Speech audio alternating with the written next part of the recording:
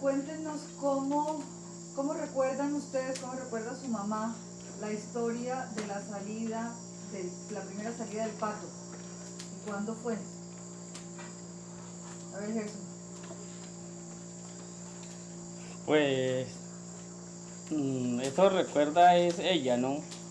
Y pues yo estaba muy pequeño cuando eso, tenía por ahí unos 6 años, cuando pues emigramos hacia los llanos del Guayabero por motivo de la violencia. Entonces,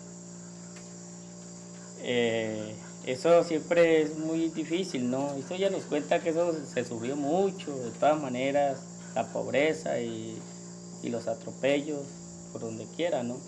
Entonces, así fue que pasando mucho sufrimiento fuimos a colonizar esa región del Guayabero, esa época. Pero, ¿qué estaba haciendo ella? ¿Hubo bombardeos? ¿Cómo fue la historia del bombardeo? Simeón, ¿usted se acuerda de cómo lo cuenta ella? Pues yo recuerdo lo que nos contaba, ¿no? Porque estaba pequeño. Recuerdo que la violencia, ella decía que era muy desastrosa en ese tiempo, cuando la dictadura de Rojas Pinilla, que era la guerra entre liberales y conservadores.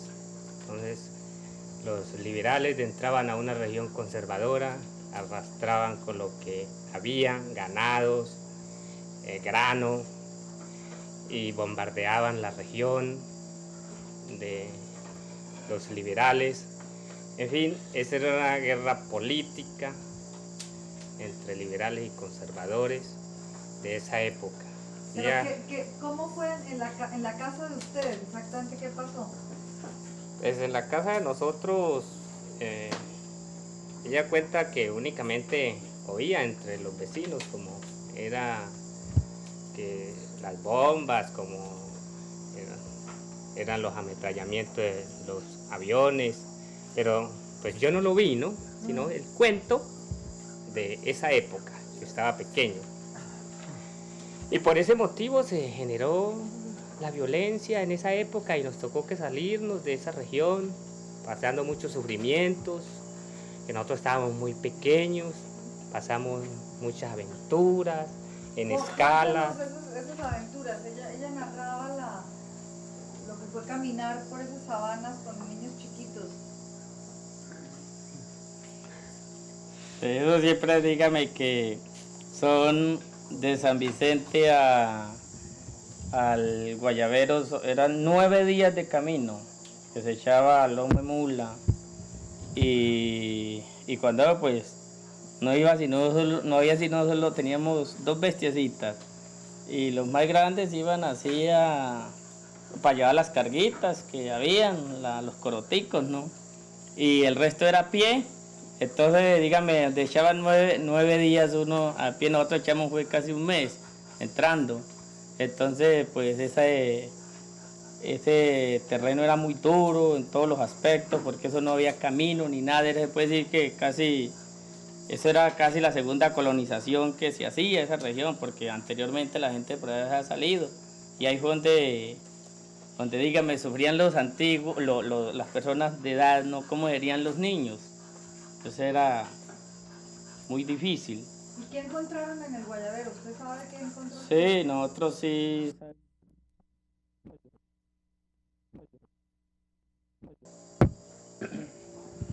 El río Guayabero, sí, en el río Guayabero, en la Macarena, lo que encontramos allá es un terreno solo, solitario.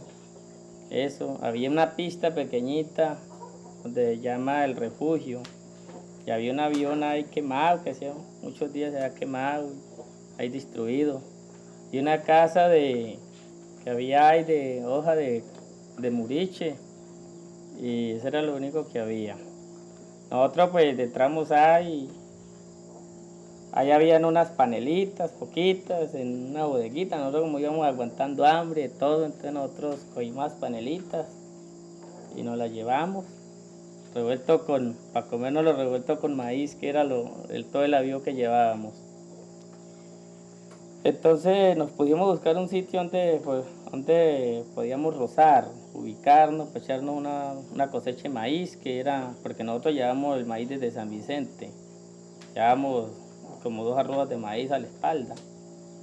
Entonces llegamos allá y encontramos un sitiecito como bueno para trabajar y empezamos a trabajar y, y nos tumbamos como 1 hectárea de maíz, lo sembramos, y hicimos todo, ahí sí cuadramos la cosechita de maíz.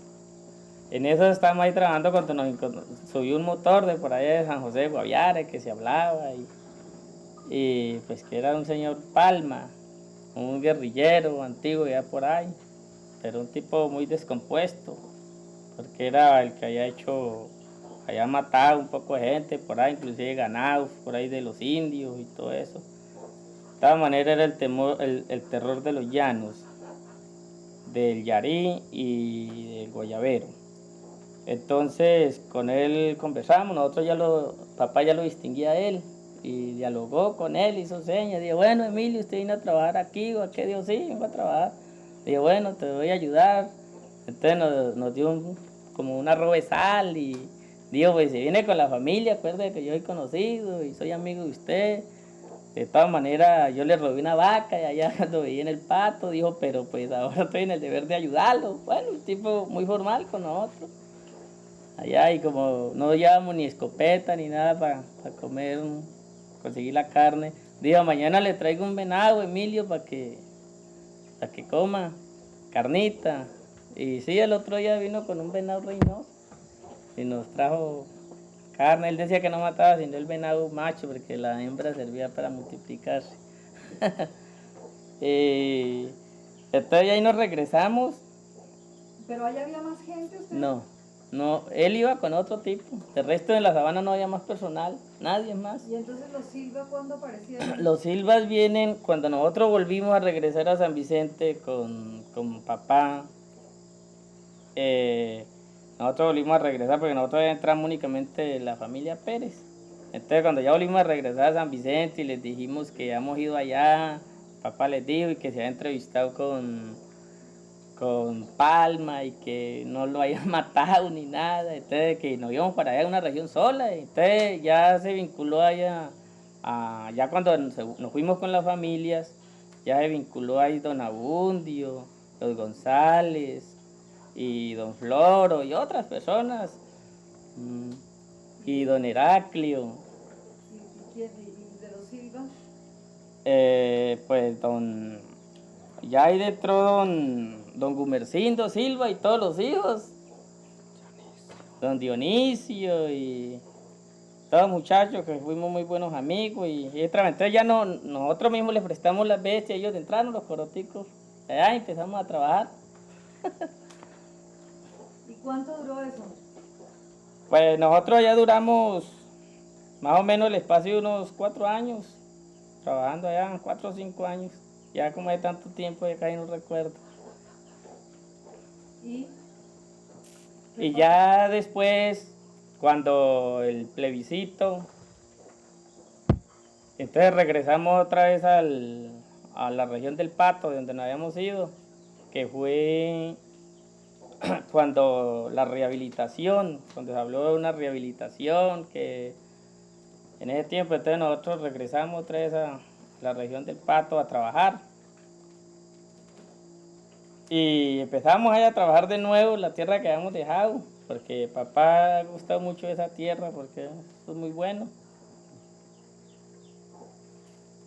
Y ahí trabajamos hasta ya cuando la violencia del 66, que fue cuando ya los operativos de Marquetalia y el Pato y Guayabero, Río Chiquito, las 5 repúblicas independientes que decían el gobierno que habían. Entonces, como nosotros estábamos en la región del Pato, la parte baja, entonces ahí es donde también sufrimos el otro operativo y también nos hicieron movilizar, y esta vez sí con más crueldad porque tocó que perder lo que teníamos y casi hasta la vida. ¿Y cómo fue eso? Cuéntenos cómo fue eso el bombardeo, cuéntenos detalles. Pues allá el bombardeo que No recuerdo tampoco la fecha que entró allá al ejército, pero no sé si usted tenga. No, la fecha exactamente no. Eso, la historia de eso es en el gobierno de Guillermo León Valencia, cuando entró el operativo contra el Pato. Y nosotros estábamos ahí, como decía Gerson. De todas maneras, lo que sí es real es que nosotros vimos que los helicópteros bombardeaban las aldeas, las parcelas, quemaban las casas de los campesinos, inclusive la casa de nosotros nos la quemaron, nos rozaron las plataneras y nos perseguían, que porque decían que nosotros éramos auxiliadores de la guerrilla y pues nosotros ya estábamos grandes, todos trabajando en la casa con papá.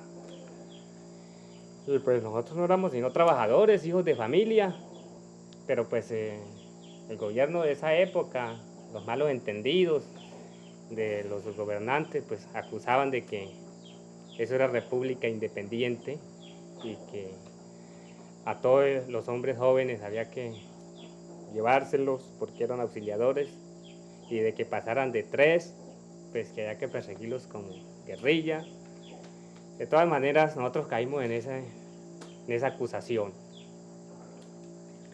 Y pues perdiéndonos las cementeras, quemándonos la casa, pues nosotros nos dimos también la fuga, defendernos para poder vivir.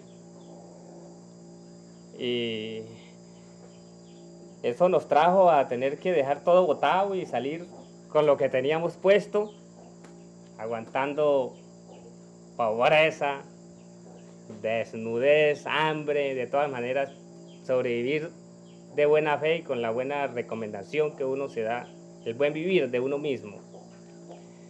De eso nos trajo a venir ya a descansar en este sitio, rodando de una manera y de otra. Simón, ¿cómo fue la salida? Es decir, ¿qué hicieron ustedes? Su mamá me contaba de una canoa en que se vinieron. Exactamente, la salida fue, nosotros estábamos ahí en la casa para un mayo, o para un 1 de mayo, y ya cualquiera pues que entró el ejército disparando a la casa de habitación donde nosotros vivíamos, y de ahí nosotros nos dimos, arrancamos a correr, nos tiramos al río y salimos más abajo y a nadie nos hicieron nada, nos tiraron 2 bombas, pero pues a ninguno nos hicieron nada tampoco.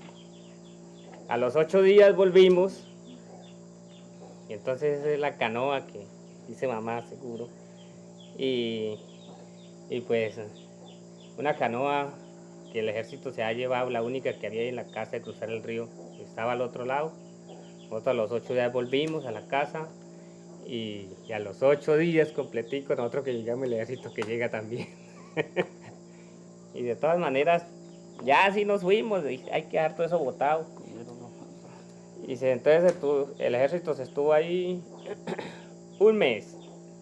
Y nosotros con ganas de sacar ropita y sacar comidita, y de todas maneras ahí se tuvieron un mes, se comieron como 20 marranos que teníamos y se llevaron a papá preso. ¿Y las mujeres? Y las mujeres se quedaron ahí, en la casa. Entonces, cuando ya una vez cualquiera papá mandó por la familia, por las mujeres, y nosotros sí no podíamos salir porque nos tenían en lista como auxiliadores y porque ya no nos habían podido coger. Entonces nos le metieron candela a la casa y nosotros no volvimos a esa tierra. Entonces ya quedamos despatriados, quedamos sin habitación y sin finca donde trabajar. Entonces, ¿qué hicieron? Entonces ya pensamos en buscar un sitio que estuviera pacífico. Ya echamos a pensar, ya un poco a reflexionar que había que luchar era por dónde vivir, un sitio pacífico y que pudiera trabajar.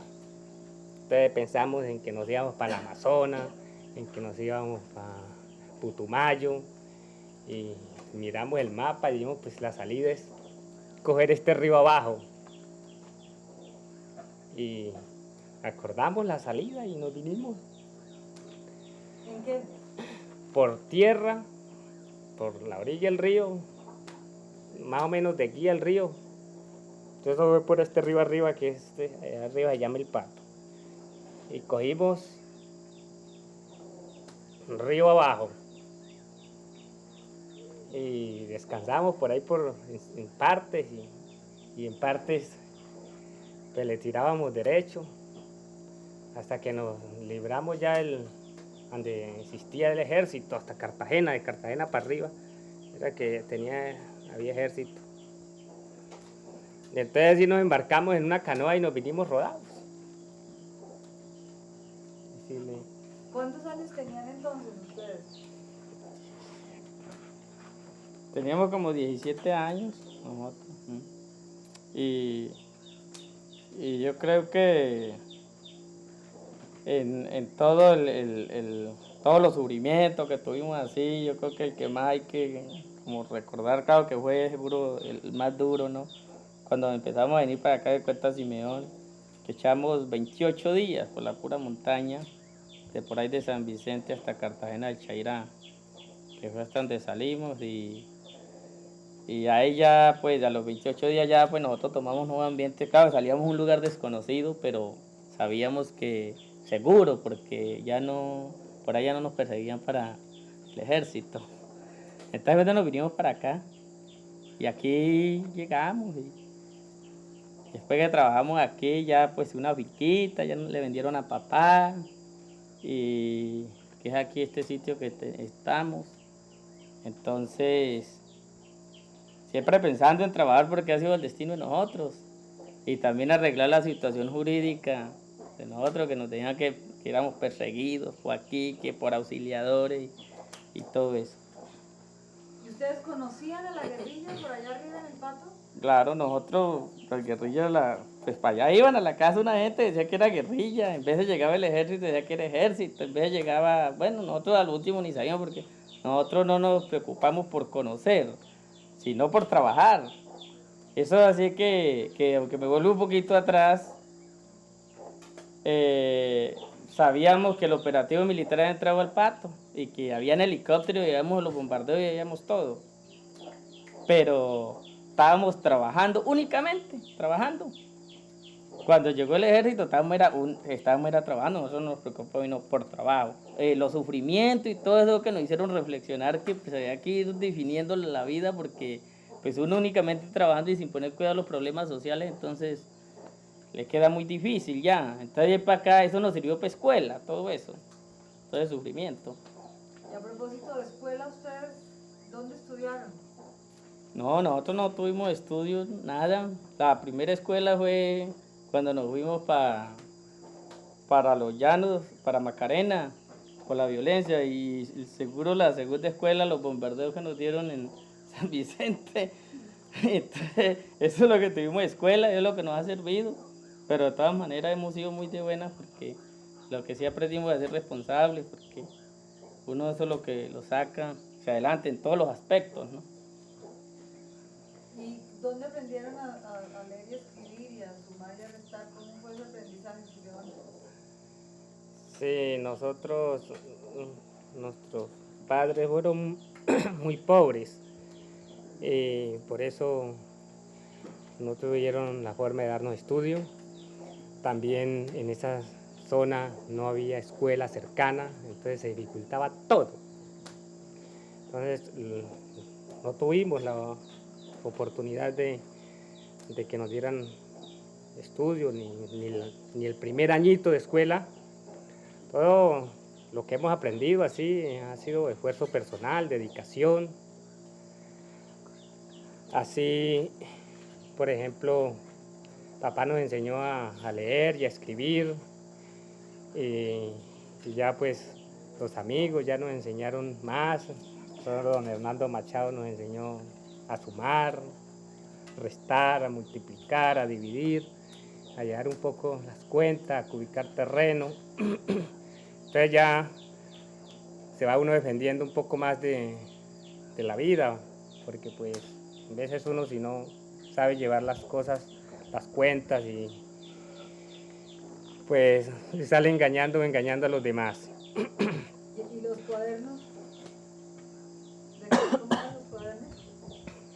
Ah, pues eso sí, los cuadernos para nosotros escribir, hacer las sumas, eso era muy difícil porque había que echarle mano a los recursos más inmediatos para poder escribir. Es un poco, de todas maneras, la realidad es, nosotros por ahí las hojitas de cuaderno, los cartones de la remesa, los paquetes de cigarrillo por ahí que botaban, nosotros los sacábamos y los arreglábamos. Ahí tenía para 4 sumitas buenas o una explicación, algo. Y así fuimos aprendiendo y lo que graba la cabeza, pues eso y no se olvida. Entonces ya le sirve uno para toda la vida. Entonces como... ¿Y aquí qué hacían? ¿Qué actividades desarrollaron aquí en este sitio, tu papá y ustedes? Nosotros aquí, cuando llegamos, como dijo Gerson, primero papá se compró una finquita y después nos dedicamos a cosechar el maíz, el marrano, el arroz, a desarrollar la agricultura, porque pues, el recurso natural ya se había acabado. Por ejemplo, ya en este territorio ya no habían maderas, ya se había acabado la bonanza del lobo, las pieles del lobo ese. Entonces, eso ya se había acabado esa bonanza. El cedro ya se lo han llevado los primeros, ya no quedó sino la agricultura. Entonces se sumaron a todos esos desempleados que no les alcanzaron a conseguir platica con esa bonanza, pues se sumaron al trabajo de la tierra, de la agricultura.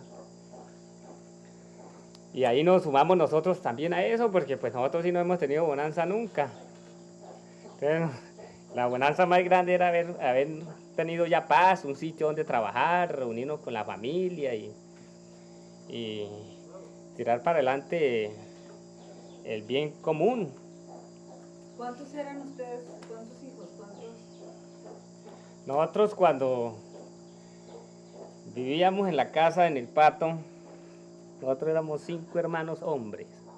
Inclusive los primeros 8 días que nos fuimos, cuando nos sacaron de la finca, el ejército, esos 5 días que pasamos sin cobija, se nos acabó la ropa, salimos casi en interiores, sin camisa.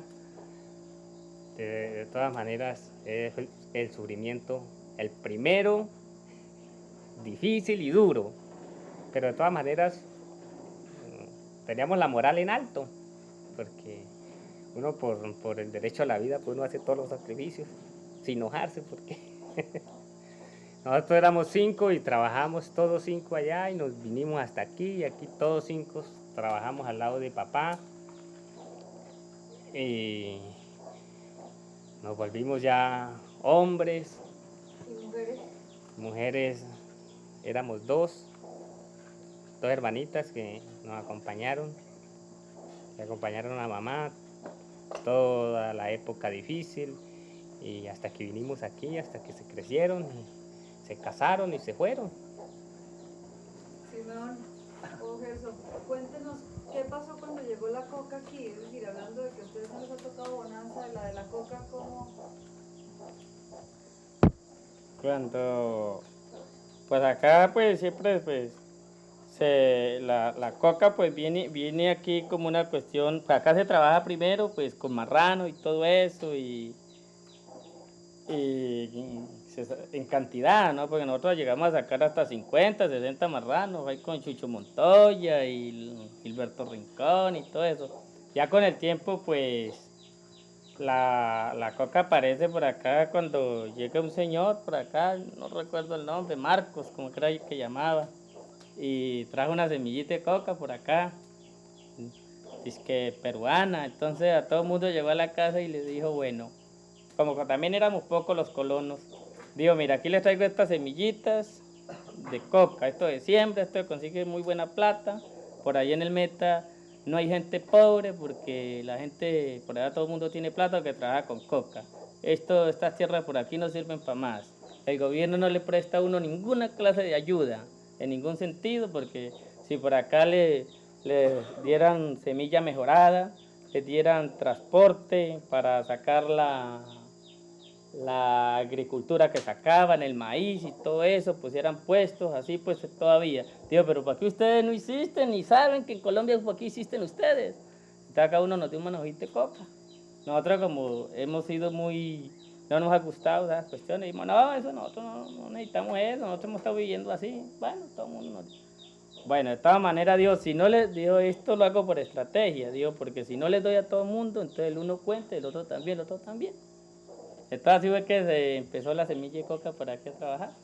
Y, Y la gente sembró y todo eso, y a lo último pues nosotros también nos dieron ganas de sembrar ¿Y funcionó la coca por esta región? por esta región. En ese proceso de ese señor que dejó ese poco semilla, todos los campesinos, pues eso sí funcionó, claro. Esa sí fue una bonanza, pero pues como son todas las bonanzas, siempre se consigue plata y se beneficia, es el más grande, el pequeño siempre sigue siendo arrumado por ley del desarrollo y del medio en que vivimos. Entonces, así fue de que los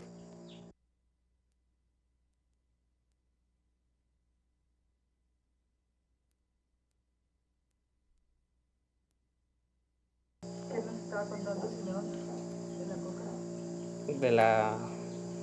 de la coca que entró a esta región y fue como todas las bonanzas. El que tuvo más plata sembró harta, consiguió plata, pero pues todo se acaba, todo es un proceso. El que en ese tiempo, en la que se llamó la bonanza coquera, estaba el gramo 700 pesos, y el que sembró en ese tiempo harta, pues consiguió buena plata ligero, y después ya se echó a rebajar de precio y echó a quedar que no sirve, no da gastos. ¿Pero usted cree que eso fue una cosa benéfica para esta región o fue ha sido un problema? Pues las cosas son que la misma gente por iniciativa se sembró y por nadie se dijo entre un vecino al otro siempre, sino toda la gente callada se sembró, se explotó, a unos les sirvió, a la mayoría de la gente, todo el trabajador honesto, el ciudadano honesto le sirvió, consiguieron platica. Los que se quedaron en la región pues pusieron buenas fincas, los que no pues consiguieron una platica y se fueron para afuera. De todas maneras a la mayoría les sirvió. Pero se gastó mucho, se dilapidó mucho esa riqueza en tragos. Pues sí, a otra mayoría o una minoría le fue perjuicio porque unos aprendieron a fumar y otros se volvieron muy tomatragos, otros les trajo el divorcio con las mujeres. Bueno, eso en cuanto a perjuicio. Pero en cuanto a beneficio, pues a la mayoría de ahora 8 años, 7 años, pues sí, se beneficiaron la gente. También por iniciativa propia, cuando no se convierte la coca en fuente rentable, pues por el mismo campesino, por ver que le está dando pérdidas, deja de sembrarla. Y ahora se está buscando la nueva alternativa. Eso es ese es el proceso donde estamos. ¿Se está cambiando por qué? ¿Por qué alternativa? Se está buscando la alternativa del caucho, se está esperando el Comité de Transferencia de Tecnología, qué tecnología qué productos son los que se pueden sembrar en esta zona que pueden ser rentables. Por ejemplo, el cardamomo, hay unos proyectos en el Comité de Transferencia de Cítricos. De todas maneras, pero todo es proyectos, pero en realidad a la región, por parte del Estado, se ha quedado en proyectos y en estudio, pero en real no se ve. De cuál es el cultivo que en realidad se va a sustentar. El único es el caucho, que sí no está cumpliendo el gobierno en Cora con parte de la semilla, aunque la semilla es muy poquita y es mucho el pedido de semilla que hay para sembrar en esta región. Porque ¿Cómo es lo del Comité de Transferencia de Tecnología? ¿De qué se trata ese comité? ¿Cómo se fundó? es el comité inicialmente se organizó este comité para el estudio de cuáles serían los cultivos rentables para esta zona que no tiene vías de carretera, que es muy caro el transporte, y para estos suelos que son muy pobres. Entonces, ¿qué cultivos serían los adecuados y rentables? Después ya se desarrolló, ya cada instituto llevaba su proyecto de estudio, pero pues para eso no hay plata para desarrollar ningún proyecto, entonces todo se ha quedado en proyectos, pero en el tablero, pero para desarrollar un proyecto de eso necesita plata, el gobierno no da plata, entonces eso no nos ha servido y no para echar lengua, pero para beneficio de la región no hemos sentido ningún beneficio porque no hay en realidad ningún cultivo de ese comité diga este es el cultivo de que se va a sembrar, porque este es el que es rentable por el estudio que se hizo de suelos y de transporte. Entonces eso. ¿Cómo fue la creación de ese comité? El comité es un producto ya de la paz, de las luchas de los campesinos, de los acuerdos de la Uribe, que se hicieron los gobiernos, los acuerdos tripartitas, entonces ya hubo esa comprensión dentro de los resultados de los foros, el primero, segundo, tercero y cuarto foro, entonces ya se entró que esa era una salida. Entonces se creó ese comité como salida para el desarrollo del Caquetá. Últimamente es lo que está como... ¿Pero eso hace parte del convenio Inderena-Caguán o es una cosa separada? Separada, eso no tenemos ahí en el acuerdo del comité. ¿Cómo así? Sí, entre el convenio con Inderena no figura ese comité de transferencia de tecnología, sino que eso se fundó como alternativa para el desarrollo del Caguán y para el desarrollo últimamente del departamento.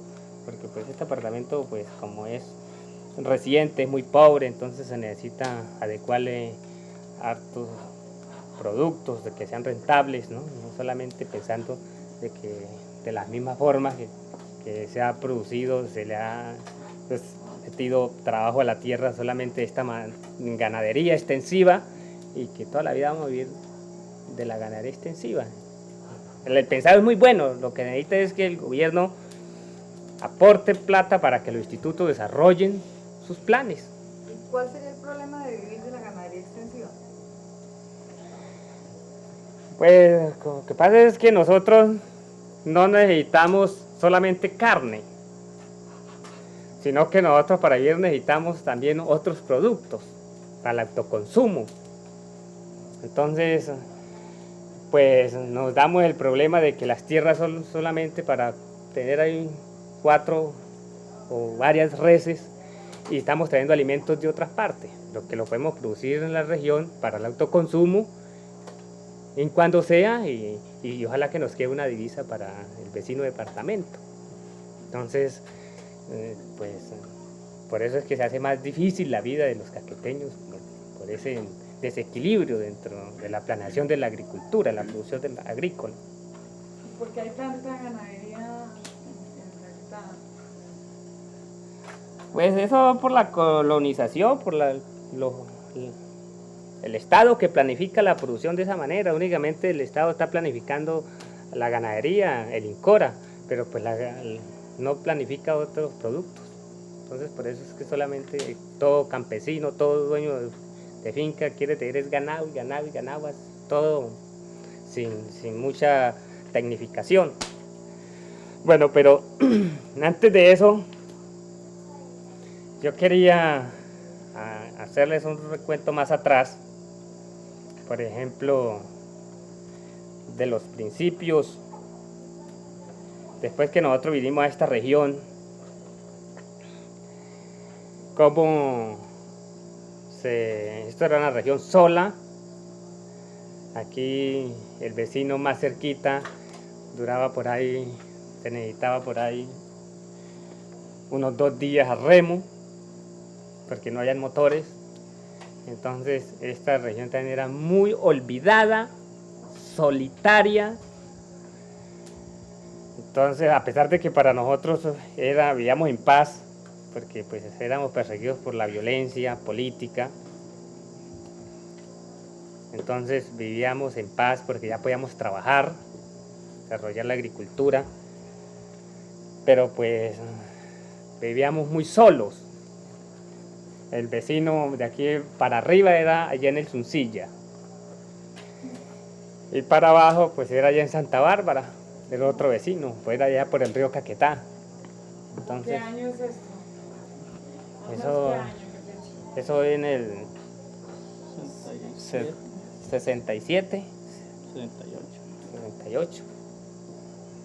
Cuando recién llegaron, eso. Cuando recién llegamos, señora. Pero pues la gente desarrolló, se aglutinó porque se acababa una bonanza, entonces la bonanza de las pieles, del lobo, entonces se dedicó a trabajar la agricultura y echó a venir mucha gente de la misma talla de nosotros, perseguidos políticos de otras regiones del país, como del Guayabero, como el Magdalena Medio, del Tolima, y gente pobre, sin refugio, como don Chucho Montoya, a Antioquia, pobres que vienen en rebusca de un sitio, un pedazo de tierra con donde trabajar y poder sostenerse.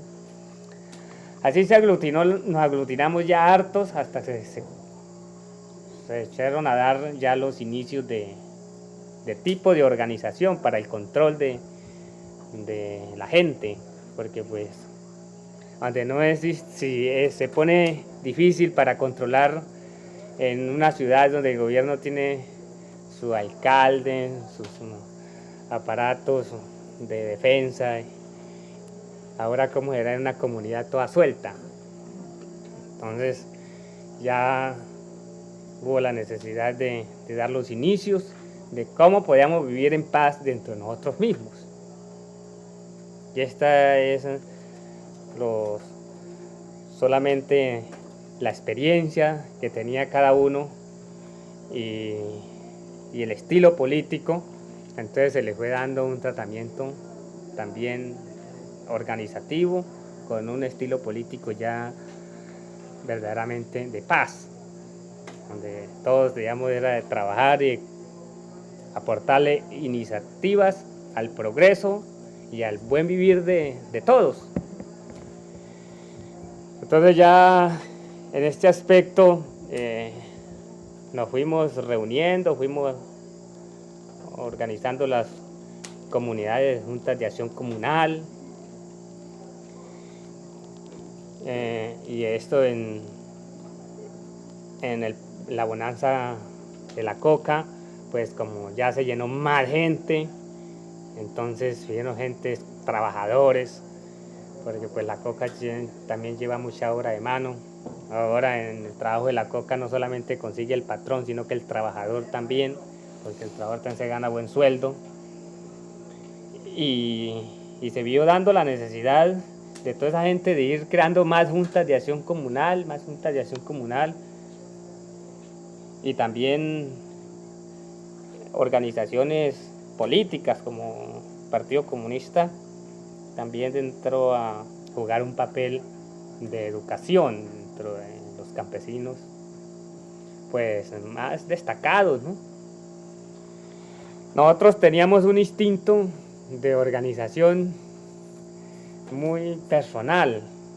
Nosotros dentro de la finca, papá, como nosotros nos llegamos ya hombres, ya tenía mis 22 años, cuando papá se le dio por irse otra vez para el Pato. Y entonces dejarnos solos, porque nosotros le cogíamos miedo volvernos para esa región. Entonces nosotros teníamos un estilo de trabajar en comunidad, todos los 5 hermanos trabajábamos y ahí nos controlábamos nosotros mismos. Y ya echamos a investigar qué posibilidad de trabajo comunitario nos podría tener una administración más segura y que nosotros poder trabajar allí, seguir investigando en ese orden. Y fue cuando ya descubrimos que el INCORA tenía tipos de organizaciones comunitarias, como las empresas comunitarias. Nosotros en un tiempo, cuando teníamos los 5 hermanos, estuvimos trabajando así en una empresa comunitaria familiar, pero con la otra nueva persecución que tuvimos por auxiliadores. ¿Cuál fue esa? Ya esa fue en el gobierno de Lleras de Turbay Ayala, que entonces nosotros también nos preguntaban, aparecíamos en listas de los comandantes de La Tagua, de Cartagena, de Florencia, que por auxiliadores. De todas maneras, ya por eso nosotros ya nos abrimos los hermanos y se acabó papá se fue y se acabó esa organización familiar, esa empresa comunitaria familiar. Ya los otros hermanos se abrieron, nos abrimos de ellos y ya quedamos personalmente a enfrentar la vida.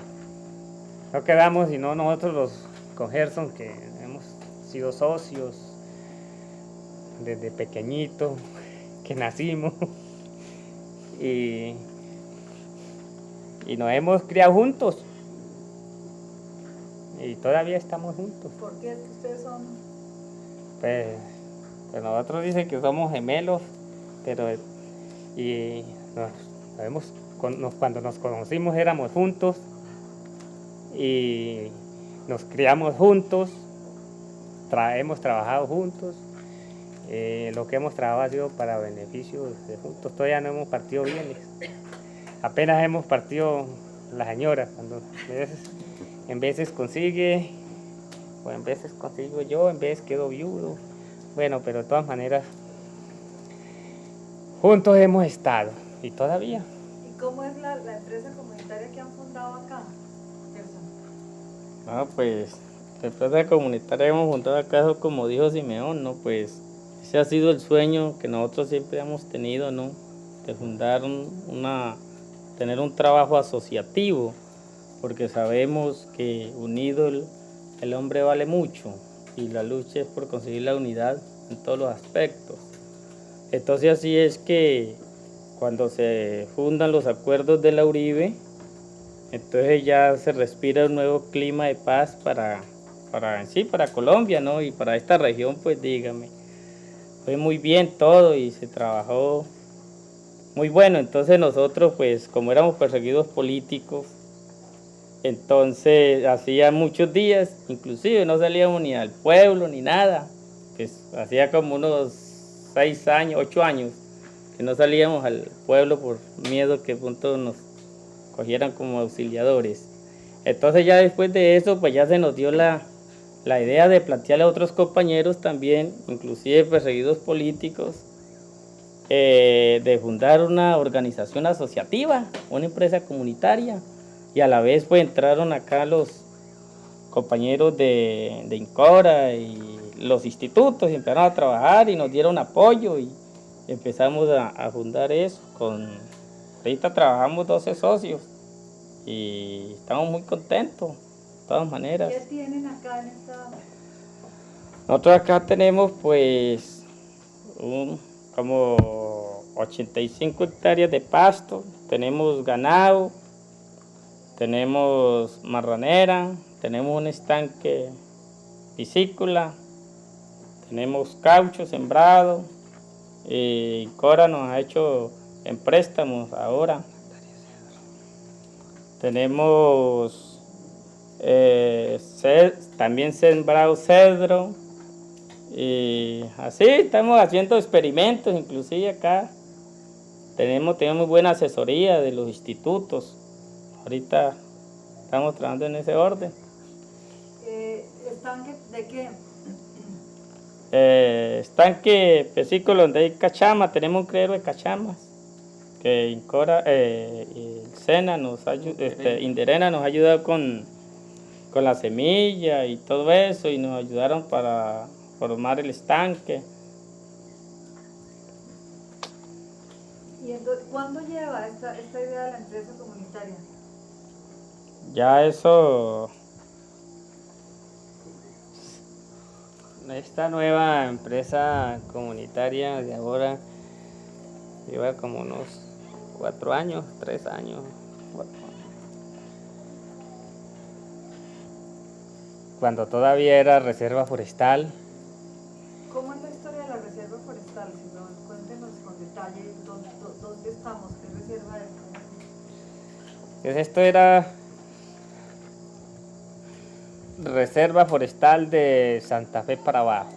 Estaban los pueblos dentro de esa reserva forestal: Remolino, de allí el pueblo de Santo Domingo, Monserrate, Peñas Coloradas, Cristales. Esos pueblos estaban dentro de reserva forestal. Entonces ya cuando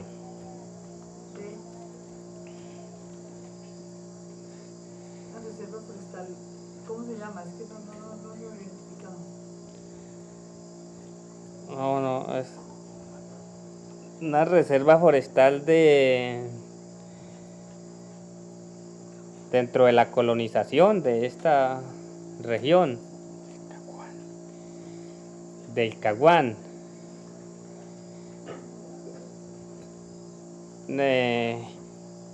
La reserva forestal dentro de la región del Caguán estaban todos estos pueblos y pues estaban trabajando, y además que todo pueblo tiene su vecindario, pues habían miles de campesinos produciendo la tierra y trabajando y desmontando monte. De todas maneras, ya para poder, después que hicimos el primer foro para reclamar los acuerdos del éxodo campesino que hicimos, entonces fue que nos vimos, los campesinos en los acuerdos quedaron de que se le iba a dar crédito a los campesinos, y resulta que le dio crédito para los campesinos de Santa Fe para arriba y de Santa Fe para abajo no. Entonces los campesinos nos reclamaban que a dónde.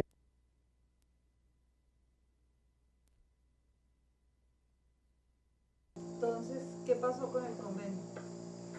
¿Cómo surgió el convenio? El convenio, pues, se hizo un convenio, el Comité de Colonización del Guaya, Caguán y Suncilla hizo un convenio con Inderena de levantamiento de reserva forestal.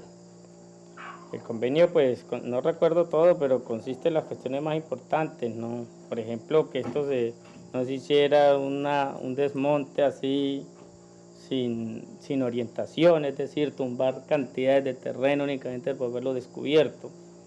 Entonces se hizo un convenio, por ejemplo, había que dejar lo que es la orilla de la cuenca del río, de las cañadas pequeñas, eso no había que desmontar, los nacimientos de agua, los salados, había que dejarle los salados una franjita de monte donde los animales tuvieran conexión para la entrada del monte espeso o virgen. También las lagunas, que eso se tuviera como reserva, eso no había que rozarse en torno a las lagunas ni todo eso, ¿no? No secar, por ejemplo, caños, salidas de laguna, ni nada. Bueno, una serie de cuestiones que la comunidad, pues, asumimos la responsabilidad. Entonces tenemos un convenio serio con Inderena, el Comité de Colonización, y así, por eso se levantó la reserva forestal y estamos tratando de que se cumpla eso. Estoy haciendo lo posible, pero ya hemos trabajado bastante y eso hemos tenido una política de educación para toda la población de la región.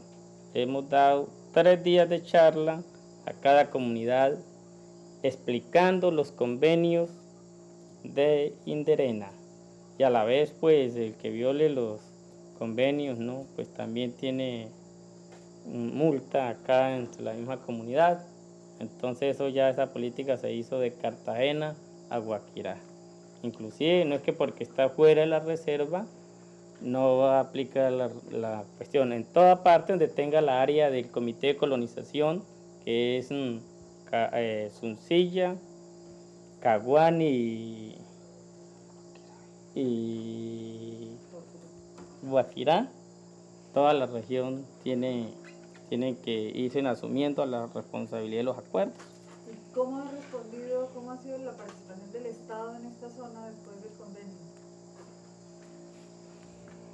Sí, la participación del Estado ha sido, pues, muy simple, una participación muy pálida, porque en realidad son pocos los institutos que, pues, que se han vinculado así de plano, ¿no? Debemos destacar el Inderena, que ha tenido 2 funcionarios ahí de plano, y Bienestar Familiar, que tiene ahí su sede. El SENA, pues, construyó ahí una sede, pero pues no tiene funcionarios, eso ya levantaron los que habían ahí, que decían que iban a poner un almacén, un taller para enseñarle a las comunidades la enseñanza mecánica y modistería y, bueno, todo lo que enseña el SENA, pero pues eso se construyó la sede y el resto se ha quedado en programas. Lo otro que ha vinculado es malaria, pero ante todo esto quiero destacar dentro de los convenios, reflejarle al país, reflejarle a los compatriotas del Caquetá, de que nosotros estamos haciendo una colonización más inteligente, que no es el hombre de ayer, el hombre salvaje, como en la capital del departamento y como en las otras ciudades del país, que han desmontado sin discriminación todas las lagunas, todos los ríos, como en el caso del río Magdalena. Esto no le han dejado a las generaciones futuras pues ninguna cosa de admirar, ni ningún recurso verdaderamente que deben de cuidarlo. Somos nosotros, los seres humanos, para el mañana. Entonces, nosotros acá, a pesar de que estamos muy olvidados del Estado, pero estamos dejando esa enseñanza y estamos dejando ese granito de arena por el esfuerzo de todos los campesinos que se han vinculado a la explotación, a la colonización, a la explotación de la tierra. ¿Quién fue el motor de este convenio en esta zona? ¿Hay alguna persona que usted pueda...? Sí, con el apoyo de todos los campesinos y las comunidades, comerciantes de estos pueblos, podemos destacar aquí a don Ernesto Suárez, que fue uno de los que más aportó iniciativas y aportó sacrificio, a don Iván Márquez, que también ha hecho un gran esfuerzo de ideas para un sacrificio, Simeón, aportándole en beneficio a estas comunidades. ¿Qué está pasando ahorita? ¿Hay un cambio cualitativo entre lo que se pensaba que podía ser la participación del Estado, lo que puede ser el desarrollo del convenio? Sí, ha habido un cambio fuerte, porque se respiraba un clima diferente en el gobierno de Belisario Betancur, y ahora con el gobierno de Virgilio Barco pues se respira el cambio al contrario. No se espera las mismas garantías, a pesar de que hay un programa muy halagador que son los consejos de rehabilitación, los consejos municipales y departamentales de rehabilitación, pero no, a mí no me parece que esta sea la solución, porque en realidad se le veía más entusiasmo a los institutos en el gobierno de Belisario Betancur que al gobierno de Virgilio Barco. Como primer medida, pues está el punto clave, que es la ruptura de la tregua en el Caquetá, que pues sin paz nadie trabaja con aspiración, sin paz ninguna producción se lleva a cumplir sus planes, ningún instituto cumple sus metas de trabajo. Entonces, pues la paz la necesitamos, somos todos los colombianos y los caqueteños con Maya y Olvera, porque es el único departamento que el presidente ha decretado ruptura de la tregua. Bueno, entonces para mí se respira un clima de desgano. Si era pálida la presencia del Estado con sus beneficios en el gobierno de Belisario, ahora sí es más, ya es la sombra de la sombra, porque pues los institutos antes se están retirando. Lo Inderena, dicen los funcionarios que están allí, que no tienen presupuesto para vivir, que antes están para irse. El SENA se fue. Bienestar familiar es lo único que está viendo resistencia y malaria.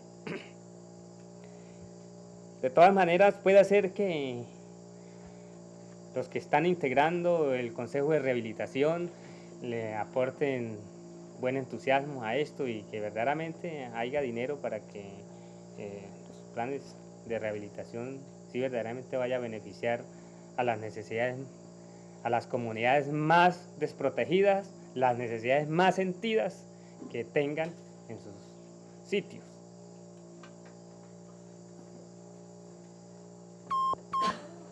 Rueda sonido.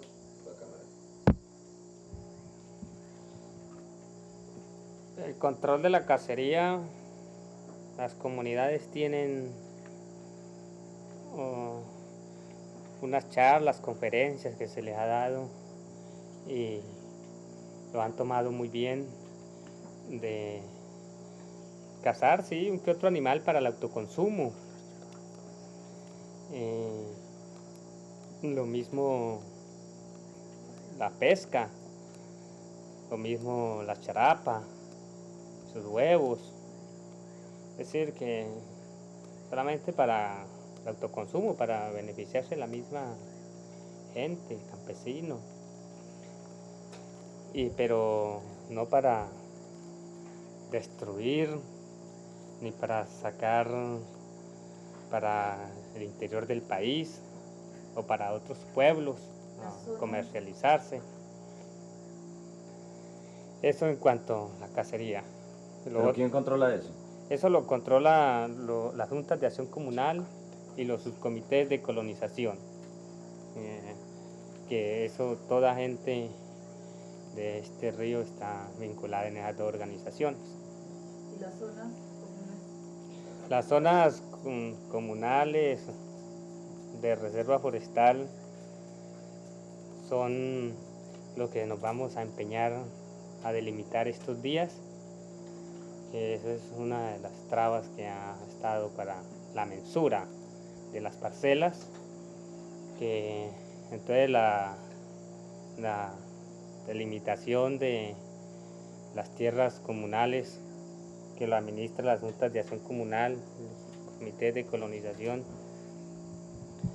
son los salados, las lagunas, los terrenos que van a emanar resistencia para las aguas y para la no erosión.